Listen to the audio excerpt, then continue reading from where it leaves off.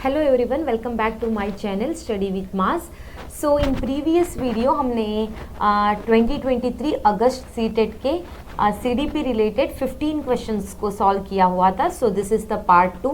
सो remaining 15 question हम इस part में सॉल्व करेंगे। चलिए देखते हैं one by one. 16th question, The underlying principle of understanding based teaching is the belief that, बोध आधारित शिक्षण का अंतर्निहित सिद्धांत क्या है, इसको हमें बताना है। So learners abilities and needs are diverse which can not be catered to without focusing on standard instructions. नहीं, यहाँ पे अगर स्टैंडर्ड इंस्ट्रक्शन की बात आ रही है फ्रेंड्स, तो यहाँ पे इंस्ट्रक्शंस आ रहे हैं, स्टैंडर्ड आ रहे हैं, तो ये हो जाएगा आपका नेगेटिव वर्ड। तो आपको यहाँ पे थिंक करना चाहिए, ठीक है।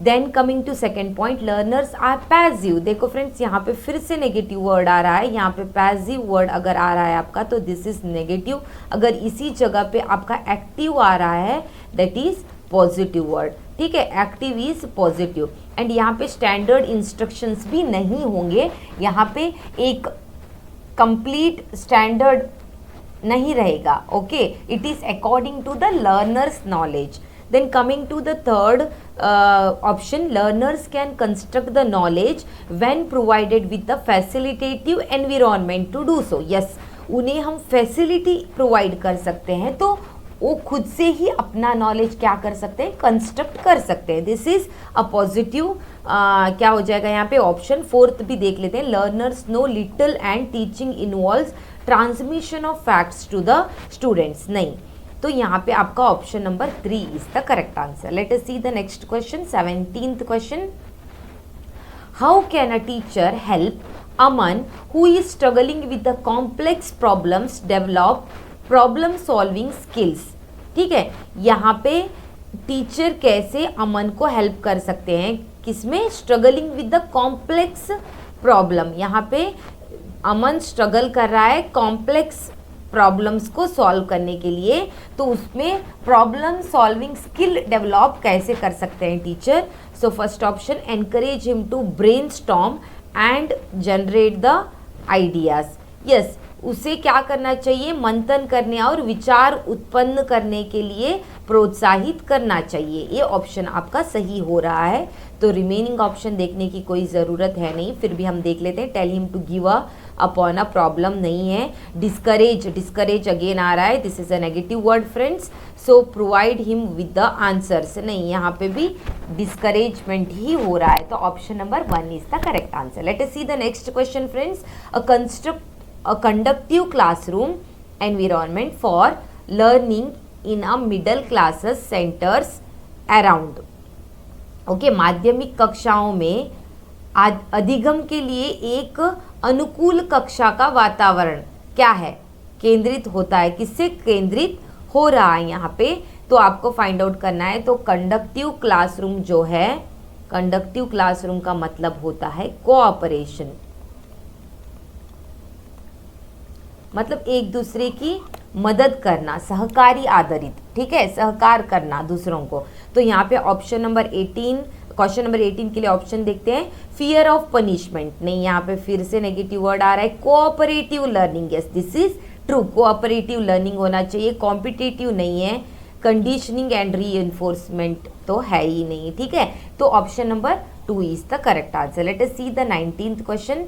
Leave Vygotsky believed that development, Vygotsky के अनुसार विकास क्या है, वाइगोत्स्की ने क्या महत्व दिया है विकास के लिए, ठीक है। So this is question number 19। तो it is a discontinuous in nature, तो ये वाइगोत्स्की के अनुसार है नहीं, तो पियाजे इसको कहते हैं कि इट इज अ डिसकंटिन्यूअस, तो दिस इज अकॉर्डिंग टू पियाजे। तो in the place of Vygotsky अगर आपको पियाजे दिया जाएगा तो यहाँ पे आपको ये डिसकंटिन्यूअस, ये ऑप्शन सही रहेगा आपका, ठीक है। Option number 2, it is an unfolding, नहीं है, इनके अनुसार तो नहीं है। Results directly from maturation, maturation भी अकॉर्डिंग टू पियाजेटी है, मैचुरेशन को इम्पोर्टेंस पियाजे ही दे रहे हैं, ठीक है। Result directly from social interaction, this is the correct option. तो अकॉर्डिंग टू वाइगॉत्स्की किसको ज्यादा से ज्यादा महत्व दे रहे हैं, यहाँ पे वाइगॉत्स्की सोशल इंटरेक्शन को ही महत्व दे रहे हैं, ठीक है। Let us see the next question, question number 20, according to पियाजे the 4 quantitatively different stages, okay, according to पियाजे the 4 qualitative not quantitative qualitatively different stages, तो ये पियाजे ने 4 डिफरेंट स्टेजेस दिए हुए हैं, तो इनके बारे में यहाँ पे पूछा गया है, क्वेश्चन नंबर 20 है ना, okay. Very vastly across the various culture in the world, नहीं इनका तो स्टैंडर्ड है, मतलब स्टेज कहीं पे भी चले जाओ, बच्चों की डेवलपमेंट में बच्चे हैं, आइदर किसी भी कंट्री के हो, इंडिया के हो या किसी और देश के हो, कोई फर्क नहीं पड़ता, but the stages of the development is same, it is universal in nature, कहीं पे भी जाओ बच्चा सेम ही डेवलप होता है, तो यहाँ पे स्टेजेस कोई क्या वेरी नहीं हो रहे, तो ऑप्शन नंबर 1 गलत है। Illustrate that children minds are miniature adults minds, नहीं ये भी नहीं, रिलेटेड ऑप्शन नहीं है। Are dependent upon the genetic codes of the children, represent the universal pattern of the development of the children, option number 4 is the correct answer. Stages यहाँ पे vary नहीं हो रहे हैं, तो आपके प्री ऑपरेशनल, कॉन्क्रीट ऑपरेशन सब stages same ही रहेंगे, उनका इफेक्ट चेंज होगा according to the genetics, according to the nature, according to the environment, ये चेंज हो सकता है, लेकिन स्टेज में कोई वेरिएशन नहीं आ सकता है, तो friends option number 4 is the correct answer. तो question number 21, which of the following is a limitation of पियाजे थियरी ऑफ कॉग्निटिव डेवलपमेंट, निम्नलिखित में से कौन सी पियाजे की संज्ञानात्मक विकास के सिद्धांत की सीमा है, कौन सी सीमा है आपको यहाँ पे बताना है, ठीक है। ऑप्शन नंबर, क्वेश्चन नंबर 21 है, it emphasize the role of language, नहीं इतना कुछ इंपॉर्टेंस यहाँ पे लैंग्वेज एंड कल्चर पे इंपॉर्टेंस वाइगॉत्स्की देते हैं, यहाँ पे पियाजे नहीं दे रहे हैं, ठीक है। It does not account for individual difference in the cognitive development, it does not account for the role of biological factor in the cognitive development, yes. It does not account for the influence of culture and social on cognitive development, ये सही हो जाएगा आपका। यहाँ पे पियाजे क्या कर रहे हैं, पियाजे सोशल एंड कॉग्निटिव कल्चर को उतना महत्व नहीं दे रहे हैं, रिमेनिंग ऑल दिस, लैंग्वेज भी इनके हिसाब से थोड़ा बहुत इम्पॉर्टेंट है, इंडिविजुअल डिफरेंस तो इम्पॉर्टेंट है ही है इनके हिसाब से, बायोलॉजिकल फैक्टर को भी इन्होंने मैच्योरेशन कहा है, दैट इज बायोलॉजिकल फैक्टर को भी इन्होंने इम्पॉर्टेंस दिया हुआ है, इनके हिसाब से कम इम्पॉर्टेंस वाला कौन सा है यहाँ पे, cultural and social factors. Next question number 22 हो रहा है यहाँ पे, read the following statement, choose the correct option, फिर से यहाँ पे अभिकथन एंड उसका कारण दिया गया है आपको। Assertion, every year Lata a class 7th teacher invites a female math professor and a male nurse to her class to discuss the careers in this field. So reason, gender differences are innate and not acquired through the society, मतलब लैंगिक अंतर जन्मजात है और समाज के माध्यम से अधिग्रहित नहीं है, बिल्कुल भी गलत है, ये समाज से ही, जेंडर डिफरेंस जो है इस पे आपका सोसाइटी का इम्पैक्ट ही ज़्यादा है, सोसाइटी का इम्पैक्ट ही ज़्यादा है। तो यहाँ पे ऑप्शन क्या बता रहे हैं, यहाँ पे एक 7th स्टैंडर्ड की टीचर है, लता उनका नाम है, जो कि एवरी ईयर क्या करें, मेल नर्स को बुला रहे हैं एंड फीमेल मैथ प्रोफेसर को बुला रहे हैं यहाँ पे फील्ड डिस्कस करने के लिए। क्यों? क्योंकि सोसाइटल एक रूल है, सोसाइटल एक थिंकिंग है कि नर्स मतलब कि फीमेल होता है एंड प्रोफेसर मतलब मेल होता है। तो इसको यहाँ पे जेंडर बायस जो है, जेंडर डिफरेंसेस जो है, इसको मिटाने के लिए यहाँ पे टीचर क्या कर रहे हैं, मेल नर्स को इनवाइट कर रहे हैं एंड फीमेल प्रोफेसर को इनवाइट कर रहे हैं। तो यहाँ पे this is a good thing and this is true as well, तो ये करेक्ट है, ठीक है। लेकिन ये जेंडर डिफरेंस जो है सोसाइटी से नहीं इम्पैक्ट हो रहा है, मतलब दिस इज इनेट, इनेट मतलब जन्म से ही आ रहा है, ये बिल्कुल भी गलत है, this is a social impact है, तो दिस इज फॉल्स हो जाएगा and this is not the correct reason for this. तो option number 1 is the correct answer, A is true but R is false, this is correct है, ठीक है। Option number 23 देखते हैं अब हम। Yes, option number 23, in a progressive classroom the students, एक प्रगतिशील कक्षा में विद्यार्थी कैसे रहेंगे। Okay 23 question number, yes, do ask many questions. Question next, ask questions to the teacher, ask question to each other, ask themselves the questions. सही है, do not ask the question नहीं होता है। बच्चे एक प्रगतिशील कक्षा में, एक प्रोग्रेसिव क्लासरूम में बच्चे बहुत ज़्यादा से ज़्यादा क्वेश्चन पूछेंगे, इधर टीचर से पूछेंगे, अपने फ्रेंड से पूछेंगे, जो भी अपने आसपास में बैठे हुए हैं उनसे पूछेंगे, है ना, ऐसे कैसे हो रहा है, साइंस है ये कहाँ से उत्पन्न हो रहा है ना। तो ये सब चीज़ें यहाँ पे क्वेश्चंस बहुत ज़्यादा आएंगी इन प्रोग्रेसिव क्लासरूम। तो ऑप्शन ए हो जाएगा आपका रॉन्ग। तो यहाँ पे बी सी डी हैं आपके करेक्ट, तो आपका option 3 is the correct. So B C and D are correct here according to the progressive classroom. Let us see question number 24. Expectations associated with being male or female are referred to as dash and these are dash. ठीक है, यहाँ पे क्या कहा गया है, pulling या स्त्रीलिंग होने से जुड़ी अपेक्षाओं को डैश कहा जाता है और इन्हें डैश सीखा जाता है। ठीक है, इसको आप यहाँ पे फिलिंग द ब्लैंक्स को फिल करना है। क्वेश्चन नंबर 24, तो यहाँ पे जो स्त्रीलिंग पुल्लिंग है ये क्या है, आपके जेंडर भूमिकाएं, जेंडर रोल्स हैं। तो यहाँ पे आएगा आपका gender roles. And these are learned, ये कहाँ से सीखा जाता है, बाल्यावस्था से ही सीखा जाता है ना। तो ये मम्मी है, ये पापा है, मतलब this is learn from the childhood and into the adulthood. सही है, तो यहाँ पे childhood, throughout the childhood and adulthood तक सीखा जाता है। तो कहाँ पे आपका option number 1, gender role throughout the childhood and into a adulthood. This is true.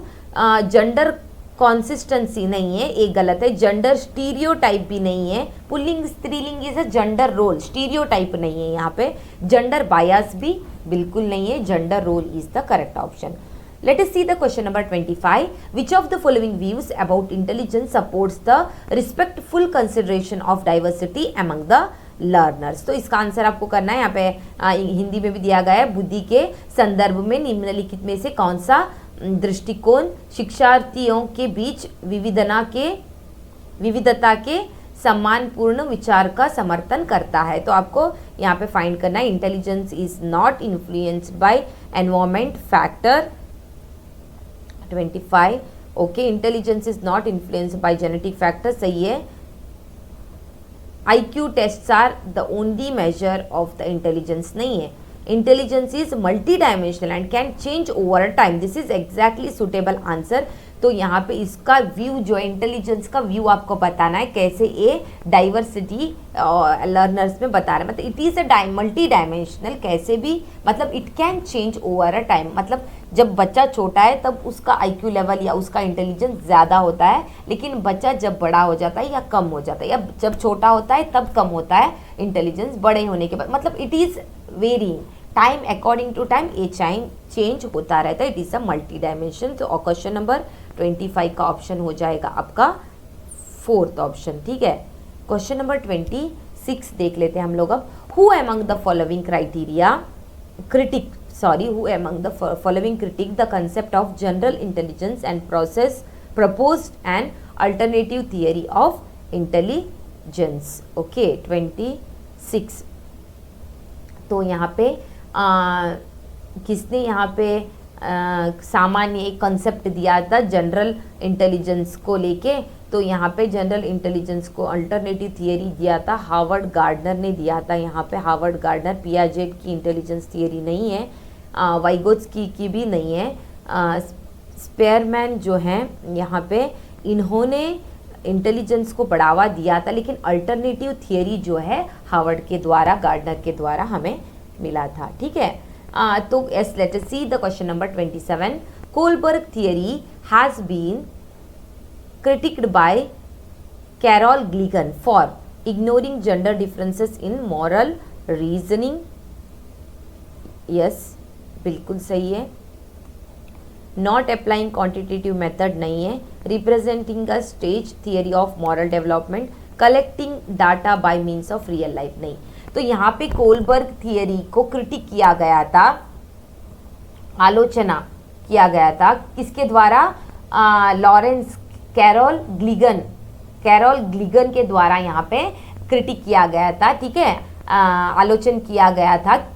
ये जो है कैरोल ग्लिगन जो हैं कोलबर्ग के ही स्टूडेंट हैं, लेकिन कोलबर्ग की कंप्लीट थियरी जो है ये सिर्फ और सिर्फ मेल बेस है। मतलब यहाँ पे कोलबर्ग जो भी अपने स्पेसिमेन जो भी ले रहे हैं यहाँ पे मेल को ही कंसिडर करके उन्होंने सब कुछ अपनी थियरी दी है। तो यहाँ पे इनकी ही स्टूडेंट कैरोल ग्लिगन कहती हैं कि यहाँ पे आपने फीमेल को इग्नोर किया है, फीमेल को विदाउट कंसिडरिंग आपने थियरी बनाई हुई है। तो इनके द्वारा इग्नोरिंग जेंडर डिफरेंस होते, लाइक केयर आप देखने जाओ तो फीमेल में ज़्यादा होता है केयर का नेचर एंड मेल में इसका नेचर कम होता है, ठीक है। तो इनके द्वारा यही था कि आपको जेंडर डिफरेंसेस को ध्यान में रखते हुए एक मॉरल रीजनिंग को बनाना चाहिए था, लेकिन इसीलिए इन्होंने कोलबर्ग की थियरी को यहाँ पे क्रिटिक किया था, ठीक है। So this is option number 1 is the correct answer. Next question number 28, teacher want to help a student develop a metacognitive skills, which of the following strategies would be most effective? Question number 28, providing frequent grades and feedback to motivate the student. Okay, teacher फिर से पढ़ेंगे हम question को। Teacher want to help her student to develop a metacognitive skills, which of the following strategies would be most effective? एक शिक्षिका अपने विद्यार्थियों को ओके आदि संज्ञानात्मक कौशल विकासित करने की मदद करना चाहती है, निम्नलिखित में से कौन सी रणनीति सबसे प्रभावशाली होगी? ठीक है, यहाँ पे मेटाकॉग्निटिव स्किल करवाना चाहती है यहाँ पे टीचर, तो providing frequent grades and feedback to motivate the student. सही है, फ्रीक्वेंटली हम मोटिवेट करेंगे, फ्रीक्वेंटली ग्रेड देंगे, तो यहाँ पे चाइल्ड क्या होगा, मेटाकॉग्निटिव स्किल उसके डेवलप हो सकते हैं। ऑप्शन नंबर 1 हो सकता है। फिर नेक्स्ट देखिए, encouraging student to reflect on their own learning and evaluate their progress. ये बिल्कुल सही है। इवेल्युएटिंग मतलब उन्हें एनकरेज करना चाहिए कि खुद की प्रोग्रेस, यहाँ पे फीडबैक देना, मोटिवेट करना सही है, लेकिन यहाँ पे ग्रेड देना उतना सूटेबल नहीं कर रहा है इस ऑप्शन में, इसलिए ये ऑप्शन पहले वाले ऑप्शन से बेहतर है, परफेक्ट है। सो चाइल्ड को उसको एनकरेज करना चाहिए कि खुद के प्रोग्रेस को खुद इवेल्युएट, खुद लर्न करना सीख जाए। This is the correct answer. Option number 2 is the correct option. Let us see question number 29। ठीक है, yes, question number 29, read the following statement and choose the correct option. यहाँ से फिर से आपको अभिकथन एंड रीजन दिया गया है। The teacher should ask the student to identify their own examples and non examples of the concept for strengthening the concept. ठीक है, यहाँ पे जो हमारा रीजन जो है, सॉरी एजर्शन जो है बिल्कुल ट्रू है। ठीक है, teacher should ask the student to identify their own examples. Teacher को खुद से बच्चों को कहना चाहिए कि अपने खुद के एग्जाम्पल्स लो एंड नॉन एग्जाम्पल्स को भी ले लो and tend to confuse the student, sorry strengthen the concept. ठीक है, उनका कंसेप्ट स्ट्रेंथ करने के लिए खुद का एग्जाम्पल लेने के लिए हम कई बार बोलते हैं तुम्हारा भाई क्या करता है, तुम क्या करते हो, तुम्हारा भाई तुम्हारे से कितना हाइट है, क्या डिफरेंस है, तुम गोरे हो या तुम्हारा भाई गोरा है, सच काइंड ऑफ डिफरेंस हम उनके ही खुद के एग्जाम्पल से यहाँ पे ले रहे हैं। तो इसी तरह से दिस इज ट्रू हो जाएगा यहाँ पे स्ट्रेंथन करने के लिए।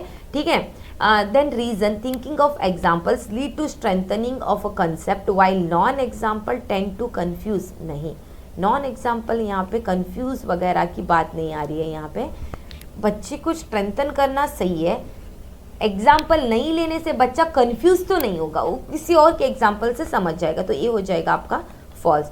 तो A is true, B is false. Option number 1 is the correct answer.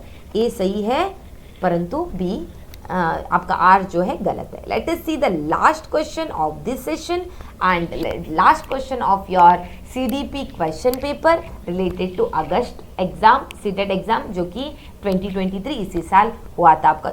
Actually यहाँ पे जो कि 70% स्टूडेंट्स जो है दे सेट कि question paper is very difficult, not only CDP जो कि आपका अदर पेपर्स में बहुत ही यहाँ पे डिफ़िकल्ट आए थे एंड बहुत लोगों का यहाँ पे क्वालिफाइड भी नहीं हुआ है। ठीक है, तो इस तरह के आपको क्वेश्चंस आ रहे हैं, तो इसको आपको ध्यान में रखते हुए अपने अगले सीटेट की प्रिपरेशन करना है। ठीक है, तो यस क्वेश्चन नंबर 30 को देख लेते हैं। General principle of learning suggest that student learn better if a teacher.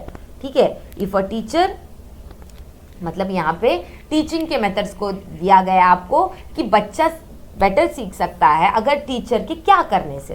देखते हैं, चलिए।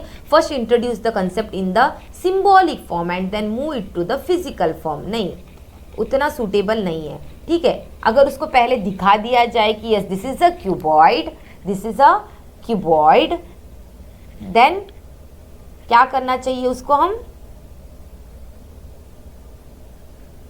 ओके यस, तो उसके बाद में उसको समझ में आ जाएगा। तो क्वेश्चन मैंने फिर से पढ़ लिया कि नॉट दिया है या सही ऑप्शन ढूंढना है या गलत ऑप्शन ढूंढना है ना। कभी कभी हम क्वेश्चन पढ़ने में ही गलती कर देते हैं जो कि हमें नहीं करना है। First discuss what is not known, नहीं, this is a wrong negative word. अगर known to known to unknown जा रहे हैं दैट इज प्रॉपर। ठीक है, अगर सिंपल टू कॉम्प्लेक्स जा रहे हैं, simple to complex, this is also correct method. Again हम बेसिक टू एडवांस जा रहे हैं, this is also correct method. ये सब पॉजिटिव वर्ड है। अगर इसी को रिवर्स में दिया जाएगा आपको, एडवांस टू बेसिक जाना, कॉम्प्लेक्स से सिंपल की ओर जाना, अननोन से नोन की ओर जाना, ये सब गलत हो जाएगा, रॉन्ग हो जाएगा। तो यहाँ पे एक नेगेटिव वर्ड मिल चुका है, सो ये आपका हो जाएगा wrong. First introduce the concept overall and then move on to the intricacies of it. मतलब इंट्रिकेसीज का मतलब बारीकाएं। पहले एक चीज़ के बारे में बताना। फॉर एग्जाम्पल मैथ्स में हम क्यूबॉइड को दिखा रहे हैं, एक क्यूबॉइड है। ठीक है, फिर उसकी बारीकियों पे डिस्कस करना कि इसको कितने फेसेस हैं। It is having a 6 faces, 8 vertices. इसको हम लैटरल फेस कहते हैं। इसको हम मतलब पहले इंट्रोड्यूस करना, फिर उसको बारीकियों को उसकी समझना कि लैटरल सरफेस एरिया क्या होता है, टोटल सरफेस एरिया का फॉर्मूला क्या होता है। This is correct method. Actually scientifically ये सही होगा आपका। देन फोर्थ ऑप्शन भी हम देखेंगे। First discuss the concept in terms of logic. नहीं, लॉजिक नहीं आएगा, फिर वहाँ पे वेरीफाई करना एक गलत हो जाएगा। तो option number 3 is the correct answer. तो यहाँ पे आपके 30 questions of CDP paper 2 related CTET exam के क्वेश्चन फिनिश हो रहे हैं। होप आपने इस सेशन को भी एंजॉय किया होगा पिछले सेशन की तरह। तो मैं फिर से आपके लिए न्यू टॉपिक्स लेके आऊँगी। Be with me, like, share, subscribe the channel and get prepared for your January CTET exam. Thank you.